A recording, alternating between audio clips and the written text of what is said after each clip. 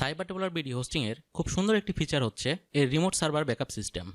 ধরুন আপনার website hack হয়ে গেল, অথবা কোনো কারণে আপনার ওয়েবসাইট করাপ্ট হয়ে গেল, বা ডাটা সেন্টারে আগুন লেগে গেল। তো এই অবস্থায় আপনার কাছে যদি আপনার ওয়েবসাইটে ব্যাকআপ থাকে, তাহলে খুব সহজেই আপনার ওয়েবসাইটটা রিকভার করে আগের অবস্থায় নিয়ে আসতে পারবেন। আপনার হোস্টিং যেখান থেকে কিনুন না কেন, আগে শিওর হয়ে নেবেন আপনার প্রোভাইডার আপনার ওয়েবসাইটের ব্যাকআপ রাখে কিনা, অথবা তাদের ব্যাকআপ পলিসি কীরকম। বন্ধুরা, সাইবার টেবলার বিডি থেকে আমি রাজীব হাসান আপনাদের সাথে আছি। আর আজ আমরা দেখব সাইবার টেবলার বিডির রিমোট সার্ভার ব্যাকআপ থেকে খুব সহজে কীভাবে আপনার ব্যাকআপ রিস্টোর করতে পারেন। তো আমি প্রথমেই আমাদের ক্লায়েন্টের চলে যাই। যে হোস্টিংয়ের ব্যাকআপ রিস্টোর করতে আছি সেই হোস্টিংয়ে আমি লগ ইন করি। তো লগ ইন করার জন্য এই যেখানে বিডি ডোমেন হোস্টিং, এটা সিপ্যানেল লগ ইন করবো।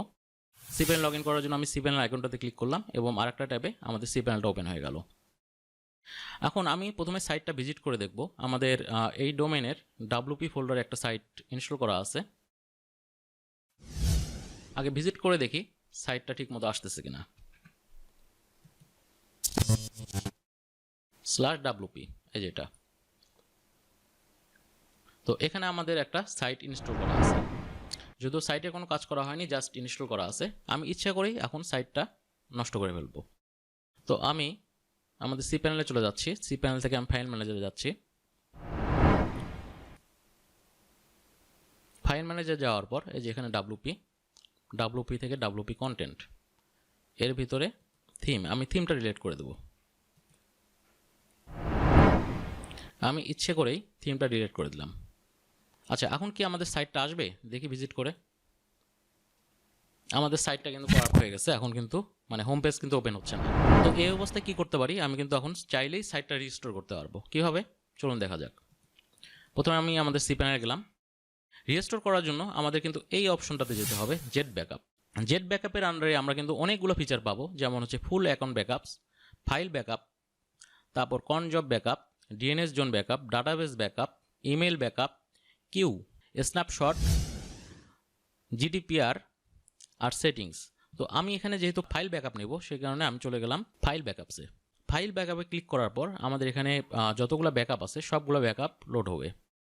তো আমি এখানে দেখতে পাচ্ছি আমাদের যতগুলো ব্যাকআপ ছিল সবগুলো ব্যাকআপ কিন্তু ডেট অনুযায়ী চলে আসছে।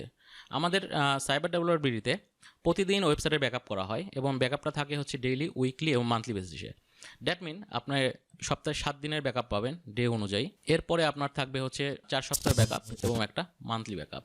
তো এই হোস্টিং অ্যাকাউন্ট যখন থেকে ক্রিয়েট করা হয়েছে তারপর থেকে আমাদের ব্যাকআপগুলো জেনারেট করা শুরু হয়েছে। আজকে হচ্ছে আমাদের 14 তারিখ। 14, 13, 12, 11 আগস্ট এইভাবে কিন্তু আমাদের ব্যাকআপগুলো আসছে এখানে। এবং এছাড়া আমাদের সাপ্তাহিক ব্যাকআপ যেগুলো, যেমন এর মধ্যে 1 সপ্তাহের ব্যাকআপ আছে। এছাড়াও 6 তারিখের ব্যাকআপ, 1 তারিখের ব্যাকআপ, 30 জুলাইয়ের ব্যাকআপ, 23-এর ব্যাকআপ, আর একটা হচ্ছে জুলাই 1, এটা হচ্ছে 1 মাস আগের ব্যাকআপ। মান্থলি ব্যাকআপের প্রতি মাসের 1 তারিখে একটা করে ব্যাকআপ হয়। আমাদের 2 মাসের ব্যাকআপ এখানে আছে, 1 জুলাইয়ের এবং হচ্ছে এটা এখানে 1 আগস্টের, এবং তারপর থেকে সাপ্তাহিক এবং ডেইলি।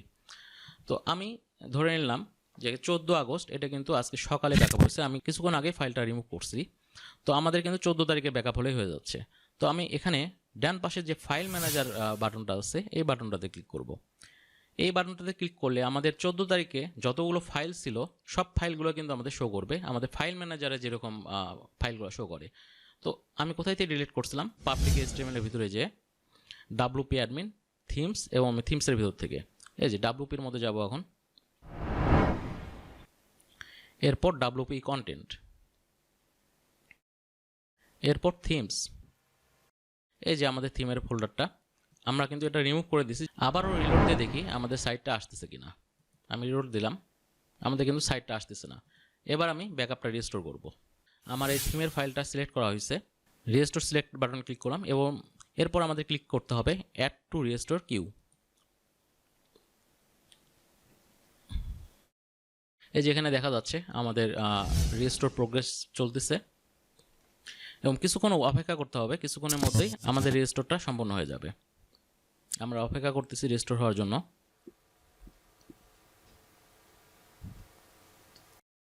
আমাদের রিস্টোর কিন্তু কমপ্লিট হয়ে গেছে। আমি একবার এখান থেকে চেক করে নিই। এখানে আমি সি প্যানেলের ফাইল ম্যানেজারে গেছি, এখানে আমি রিলোড দিয়ে নিচ্ছি।